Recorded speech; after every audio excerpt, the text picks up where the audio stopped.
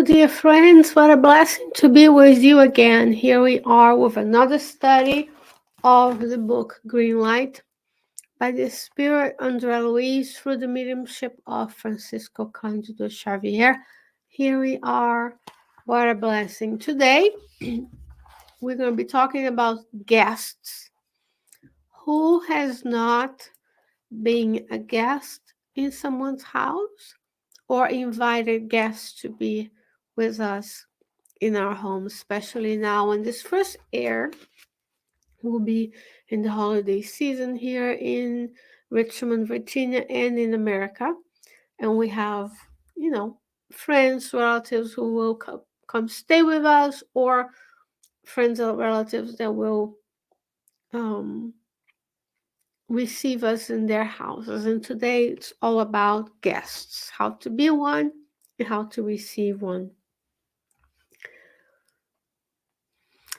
So he will start this chapter by saying, an invitation is the responsibility for the one who invites. A guest should be treated as a member of the family. And here we have. So when we invite someone, it's a responsibility. And we invite that person, we treat them just as they were our loved ones. First two sentences very striking and direct. I'm going to make a connection with other books of other authors. Through the Spiritist doctrine, all the books, not only of Kardec's, but also of André Luiz and Emmanuel. They show to us we all have spiritual friends connected to us, obsessors connected to us, our mentors are connected to us, people who like to do the things that we like to do connected to us. And we go around the world as a group. So when we're inviting someone into our homes, there's a responsibility of knowing who those people are. Of course, we want to invite our loved ones, but we'll also be mindful. What kind of companions are they going to bring to your house from the spiritual realm? What kind of activities they're involved in? Our home is a very sacred space. Therefore, we need to treat it as we're inviting someone to share the spiritual fluids that they carry, the mental currents that they carry in their thoughts. That changes the whole landscape of how to see interaction with one another. And in the same token, when we are invited to someone's home, what kind of atmosphere, and I'm not talking about the beauty, the physical atmosphere of that home, which is important. Elegance, beauty, simplicity, cleanliness is important. But I'm also talking about the spiritual environment. Do I want to be in connection with that person? Would I be comfortable? Can I bring an aura with me of good spiritual companions and guests? Can I shield myself emotionally and spiritually from the companions who are in those homes? We on the earth are really careless about the interactions we have, the things we consume. So, do I want to go into a house where there's a lot of violent movies and games being watched and played? What kind of spirits will be there? Is there going to be alcoholic beverages? What kind of spirits will be there? All of those things need to be taken into consideration because he's saying an invitation is a responsibility, not only of those who invite, but also guests. So he will talk now about the guests. He says, no friend, even the closest one, should come to a house of a hostess to stay without previous notification or communication. Translate, don't just barge into people's home. We need to call them. We need to communicate with them. Hey, can I come over? And of course, as our duty as Christians, we want to be helpful, be available, but we should not barge into people's home without previous notification. If you're not invited to stay with this or that person, but need to stay in the house for any reason, even if it's for a short period of time, you should not come without previous arrangements being made. The same thing. Let's say I know person X. They didn't invite me to my home, but I will be doing something in that neighborhood, and for some reason I need to stay in that house. I need to make arrangements.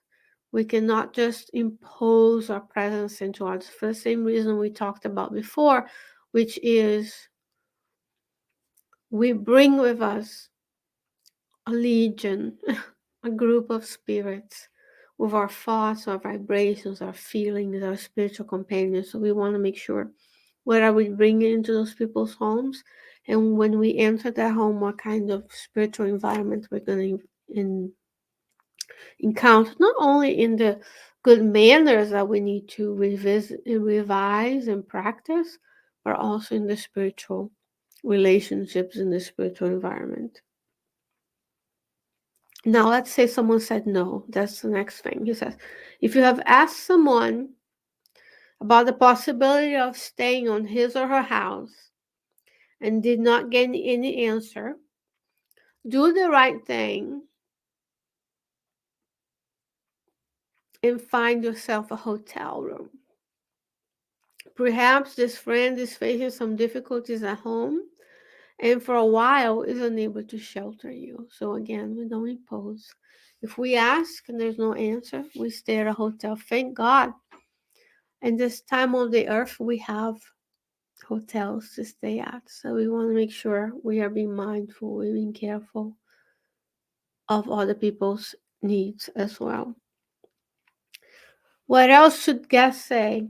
Now, most of right now is about the behavior of the guest. So when we want to be with in someone's house, there are certain things that good sense, common sense, and good manners dictate. What doesn't really say? He says, quote, a guest, to be polite, should not get involved in family disagreements or with the group that shelters him or her. So how many times we receive people in our homes and they meddle into our affairs? They say, no. If you're a guest, you do not get involved in those family disagreements. Of course, friends, common sense. If you witness a situation of harm, then that's when we get involved, right? There are authorities and people who can take care of violence stuff. We're talking in general. We're at someone's home, we're chatting, we have a cup of coffee, then they start fighting. We don't matter in those activities. Remember, they have a relationship. They have their ways of being together, perhaps for millennia, for many reincarnations. So we should not. This has to be polite. We shouldn't get involved in those disagreements. What else? It says when staying, quote, when staying in somebody's house as a guest, you should respect the hostess' habits and timetables or schedules. Avoid interfering in the kitchen and domestic affairs. However, it's your duty to keep the bedroom as clean as possible or as clean as you found it to be. So he's saying we'll go in. We don't expect people to serve us. Although in the first two paragraphs he says to treat guests as family members. So he says you don't meddle into their affairs. You don't impose your opinion. We respect their hours and habits. So if they all go to bed at 9, we go bed at 9. If they all wake up and have breakfast and prayer, we have breakfast and prayer. We should not be disrespectful to them. But he says, don't meddle in the kitchen and other domestic affairs. We help. If help is needed, we clean. We do the dishes. We take the trash out. But we need to be respectful and ask, can I help you? And he says, but it's your duty to keep the bedroom. So when we come into a place, it's always to think about how can I leave this place better than I found? I bring with me serenity. I bring with me peace. I bring with me prayer and calmness so that I can talk to the mentor and say, please allow me to say what's right. Please, the good spirits be with this family, cleansing the spiritual environment, help, dispensing help.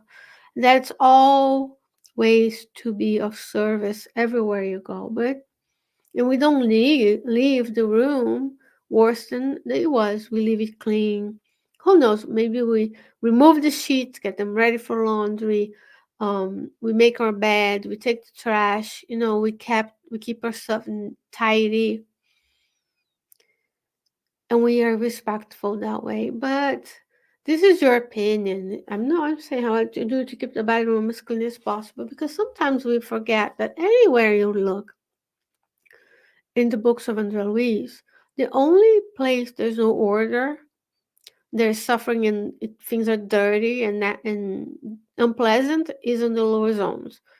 No, Solar is beautiful, it's organized, it's maintained, it's landscaped, the houses are clean, people are orderly, they have a time to eat, they have a time to pray. We on the earth are the ones who don't like rules, who don't like organization. So when we go into someone's home, we leave it better than we found. And he goes further. He says, quote, when staying in a friend's house, we should be polite and agree with their point of view. We should not go, unquote, we should not go into people's homes to disagree with their political affiliation, who they voted for, how they fold their sheets, the color of whatever their points of view. You're a guest. You're being provided housing and shelter for a day, so you're not in the elements. Because if you want to have your own opinions, we stay at our homes and go to hotels, right? But we need to get an idea of how to better live together. We've forgotten the art of being together, listening to one another, hearing what we have to say, so on and so forth. What a beautiful thing. And this is an interesting one. He says, as a guest, quote, as a guest, it's considered not to stay in the bathroom. It's considered to stay in the bathroom for the minimum amount of time so as not to disturb the hostess routine. We should not just, again, hog the spaces and use the spaces without consideration that there is a family, there's a group of people who have routines, they have things to do, and other people need to use the facilities as well. That was an interesting one. Now, in eating, a lot of us interact through sharing meals, especially during the holidays. So what do? It says, quote, avoid upsetting conversations when having meals, unquote. We don't bring up the disasters, the disagreements, especially with our family members. We know where to press the buttons, so we don't press the buttons. We are kind and considerate towards them. And last but not least, he says, the guest will not interject him or herself in the conversations that do not pertain to them. As a recap, be a guest, receive guests, but be mindful of those tips and tricks by Andrea Luiz so that the relationship and the stay can be way more pleasant, where we take the invitation seriously as a serious responsibility as it is, where we treat the guests with respect just as we would treat our loved ones, so that the guests can be also considerate to the host, so we're not imposing on them our presence, where we are polite, where we don't take up as um, the resources unless we have to, where we respect their schedules and time frames, where we're literally blessed and thankful for the generosity, but we're not a rock on their shoe to carry, an impediment to progress. Enjoy yourselves, be with your family members and friends, bring guests to your homes, and follow the advice of Andrea Luiz so that we can all get along better. Very short topic, chapter 44, guests. Dear friends, I hope you're doing well. Until next week, God willing, I'll be back with you with another chapter from the book Green Light. Until then, Stay well, stay safe. Bye bye.